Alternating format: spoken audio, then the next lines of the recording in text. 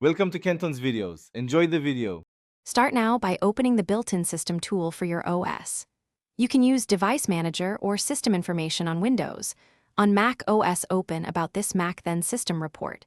On Linux, open a terminal and run lsbci or glsinfo. You do this to surface hardware identifiers and vendor strings.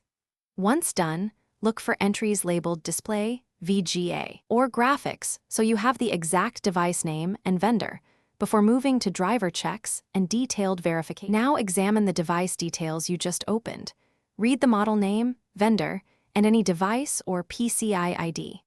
On Windows, click Properties, then Driver to view version and date. On Mac OS, check the Graphics/Displays section. On Linux, read the output of lsbci v or glsinfo for driver strings. You want both the marketed model and the driver identifier, because sometimes integrated chips appear under a chipset name rather than the consumer model.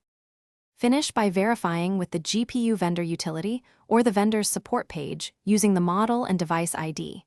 This confirms the exact GPU SKU and supported drivers. If the ID don't match or drivers are outdated, download and install the correct driver, then reboot. If the card is not detected, power down and reset it.